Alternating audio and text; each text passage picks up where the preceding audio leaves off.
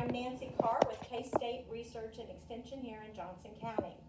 I do the school enrichment programs in the elementary schools, and you guys are so lucky because your teachers have ordered my chicken embryology kits.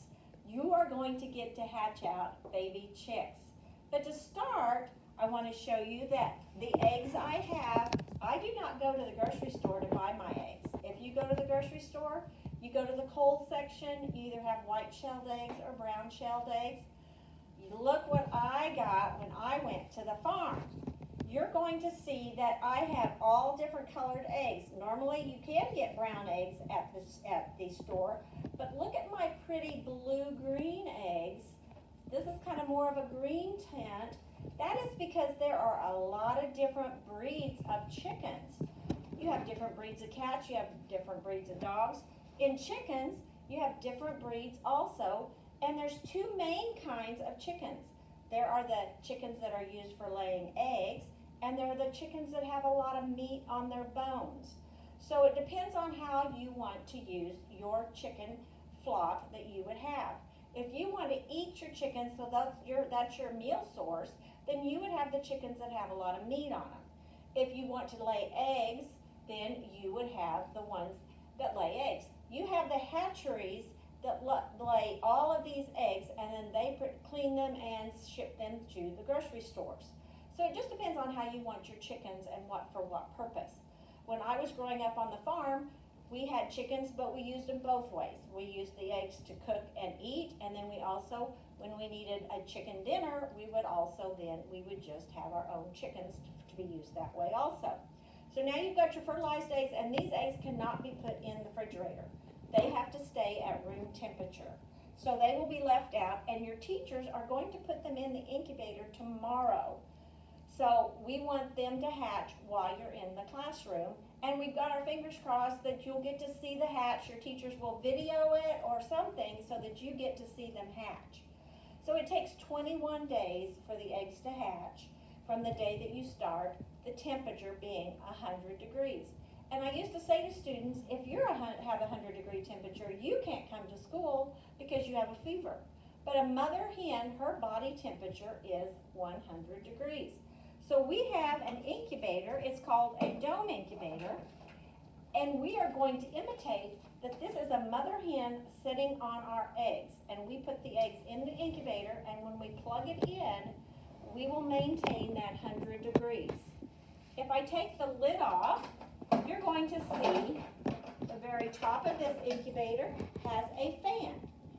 The fan will run the whole time that you're using the incubator. So that circulates that 100-degree temperature all around so the eggs are evenly kept warm.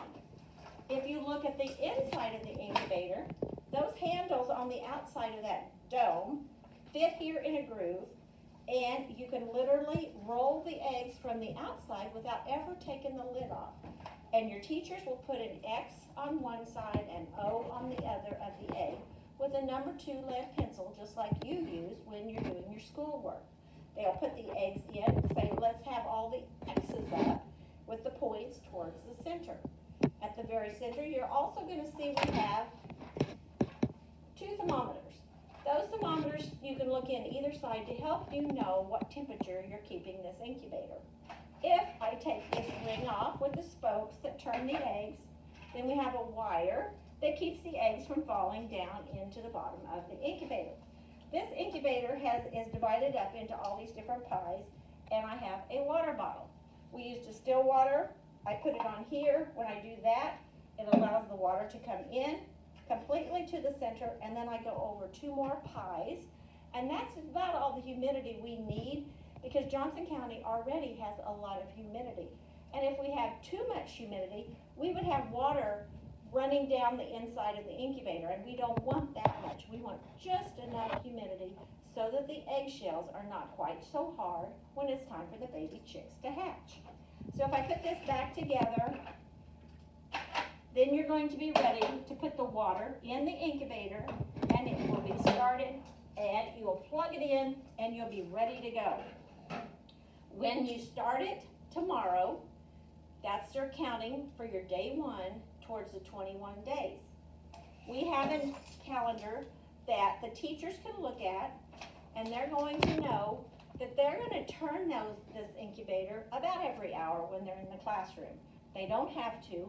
If it's a mother hen sitting on the eggs, she rolls them with her beak just when it's convenient. So all we're doing is making a really nice environment for them to be healthy development for the baby chick. You're going to see when we get down here to the 18th day, the teacher knows it's time to go get a big cardboard box. She'll put wood chips in the bottom, and that's for a nice, it smells good, it's nice and absorbent, and it makes good footing for the baby chicks. Your teacher will also clip on a light with a 60-watt bulb, and that is the heat source for the baby chick, because they're used to being in a really warm environment, and if your classroom has air conditioning, they need to be kept warm. So you will have that heat lamp to keep them warm. And your teachers will be able to know if the baby chicks are in the corners trying to get away from the light, they're too hot. If they're all huddled together like they're really cold, well, you just lower the light up or down according to whatever your room temperature is. Now that you have baby chicks that have hatched, when they start hatching in the incubator, they're going to be wet. Because you stop and think, inside of an egg, you have the egg white and the egg yolk. So when they first come out, they are wet. They will have absorbed the egg yolk to make them strong enough to hatch out. And the white in there, that makes their feathers wet. But with that nice wind of the fan blowing, with that nice warm temperature, it doesn't take long and they fluff up. And then your teachers know they can take them out of the incubator and put them in the box. They just don't want to chill them by taking them out too soon until they're nice and warm and their feathers are all fluffed up. So now that they've got them into the box, they're going to have food and water for the baby chicks. So we just take a jar and put just normal water from the tap into the jar. We put this on and turn it over the sink, and that lets down your water.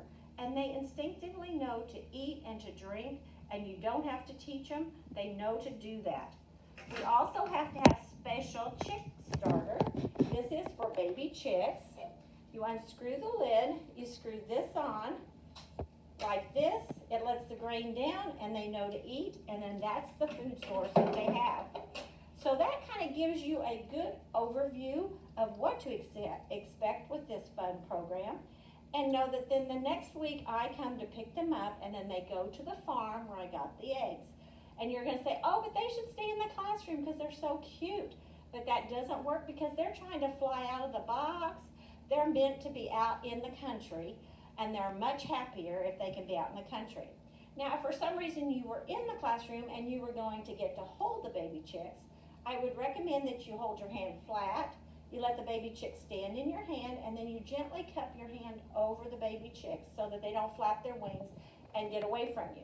I also recommend that you're sitting on the floor because it's amazing how quickly they can get away from you. If I was holding a baby chick and it fell this far to the floor, it wouldn't make it.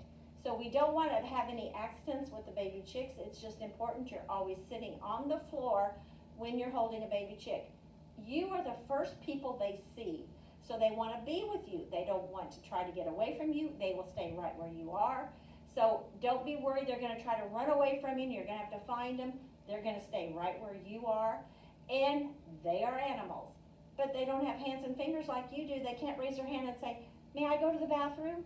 They may just make a mess on the carpet. If they do, you just get a Kleenex, you pick it up, you throw it away. If they make a mess in your hand, don't go and drop them. Just go, oh, somebody take my baby chick. I have to go wash my hands really good with hot soapy water. On that note, before you start the program and after you start the project, always, whatever you're doing, wash your hands with hot soapy water before you do anything. If you had a cold and you coughed into your hand and then you touched one of those eggs, you could contaminate it and you wouldn't want to ruin the hatch of the baby chick. So it's so important that everything we do, we wash our hands and we always use good hygiene. And if you're coughing, turn your head, cough into your arm, and don't cough on the eggs. So you will find it is so much fun to get to see the baby chicks. And thanks for having me in your classroom. Again, Nancy Carr, K-State Research and Extension here in Johnson County.